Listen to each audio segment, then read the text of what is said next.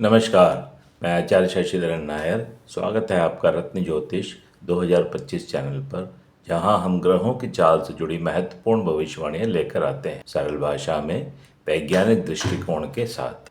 आज हम बात करेंगे जुलाई 2025 में होने जा रहे मंगल केतु डिग्री कंजंक्शन की, जो एक संभावित विश्वस्तरीय संकट को जन्म दे सकता है। एक ऐसा खगोलीय संयोग जो पूरी दुनिया के लिए एक चेतावनी है। एक ऐसा समय जब आग, आवेश और विनाश एक साथ हाथ मिला रहे हैं।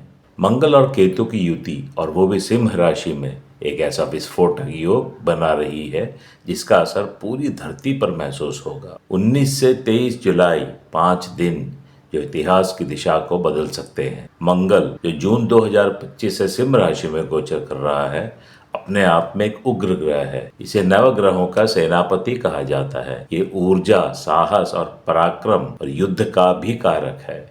सिंह राशि स्वयं एक अग्नि तत्व की राशि है और अहम से और अहंकार से भरी राशि है।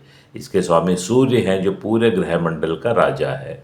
जब मंगल सिंह राशि में आता है तो वह आग में घी डालने जैसा होता है। केतु जो पहले से ही सिंह राशि में उपस्थित है, तर्कहीनता, कट्टरता और उग्रता का प्रतीक है। केतु सिर्फ शरीर है, उसमें बुद्धि नहीं होती। और जब वह मंगल के साथ एक ही राशि में आ जाए तो ये दो उग्र ग्रहों का मिलना बनता है। एक जो आवेगी है और दूसरा जो बिना सोचे समझे आग उगलता है। यह संयोजन सामान्य नहीं है। सिंह अग्नि राशि में मंगल उग्र ग्रह है और केतु बिना मस्तिष्क का, केवल भावनाओं से भरा हुआ। सिंह राशि में इनका मिलन एक विस्फोटक योग बना रहा है। मंगल और केतु की युति सिंह राशि में हर 18 महीनों में नहीं होती। ये एक दुर्लभ संयोग है सिंह राशि में, और इस बार यह शनि की दृष्टि से षडाष्टक योग बना रहा है। षडाष्टक योग एक अशुभ योग होता है। ये तब बनता है जब दो ग्रह एक दूसरे से छठे और 8वें भाव में बैठते हैं। ये दोनों भाव अशुभ होने से ये पाप योग बनता है। 19 से 23 जुलाई सबसे खतरनाक समय जो डिग्री कंजंक्शन का पीक होगा। 19 जुलाई से 23 जुलाई के बीच में मंगल और केतु एक ही डिग्री के भीतर आ जाएंगे, एक ही डिग्री के अंदर आएंगे। इसे ज्योतिष में ग्रह युद्ध कहा जाता है। यह समय इस विस्फोटक युति का चरम होगा। इस दौरान क्या क्या संभावनाएं बन रही हैं, जरा इसकी विवेचना करते हैं। देखिए, युद्ध अपने चरम पर पहुंच सकता है। नए वर्ल्ड ऑर्डर की शुरुआत हो सकती है। वैश्विक नेताओं, प्रधानमंत्री, राष्ट्रपति, सेना प्रमुख जैसे पदों पर आसीन व्यक्तियों के लिए संकट की घड़ी उत्पन्न हो सकती है। बड़े आतंकवादी हमलों की आशंका, पृथ्वी पर कुदरत का प्रकोप, भूकंप, सुनामी, तूफान, ज्वालामुखी, विस्फोट, एयर क्रैश, टेक्नोलॉजी और इलेक्ट्रॉनिक सिस्टम्स के फेल होना, आर्थिक प्रणाली में असंतुलन।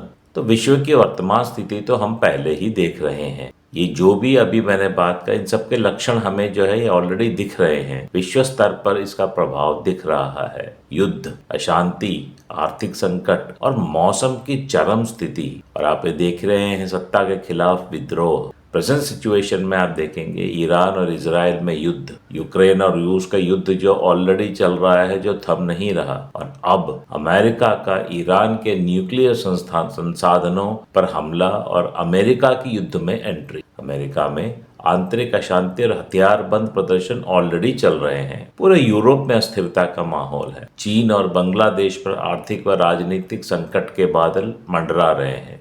और आपने देखा ही है, इतना अस्थिर मौसम, अभूतपूर्व गर्मी, बाढ़, बारिश, ओलावृष्टि, ये सब मंगल केतु की छाया में हो रहा है। और अभी तो पीक समय आना बाकी है, जो 19 जुलाई से 23 जुलाई के बीच आएगा। स्वतंत्र भारत की कुंडली में ये गोचर चतुर्भाव में है, यानी भूमि, समाज, जनता, और इससे अंदरूनी अशांति के संकेत मिलते हैं। धार्मिक उन्माद, आंतरिक अशांति, विरोध की संभावनाएं पूरी बनी हुई हैं। हमारे यशस्वी प्रधानमंत्री नरेंद्र मोदी जी की कुंडली में ये गोचर दशम भाव में हो रहा है। हालांकि उनकी कुंडली में गुरु की दृष्टि सुरक्षा दे रही है, पर गुरु भी तो इस समय उनका अष्टम भाव में गोचर कर रहा है, जिससे अचानक होने वाली घटनाओं का संकेत है। देश के अन्य वरिष्ठ नेता, रक्षा प्रमुख, बड़े खिलाड़ी आदि भी संकट में आ सकते हैं। यह केवल एक भविष्यवाणी नहीं, बल्कि इसे गंभीरता से लेने की आवश्यकता है। आइए प्रार्थना करें कि संकट की घड़ी टले और जो दिख रहा है वैसा कुछ ना हो और विश्व जो है शांति से, प्यार से, अमन से और चैन से आगे बढ़े। हम सब लोग,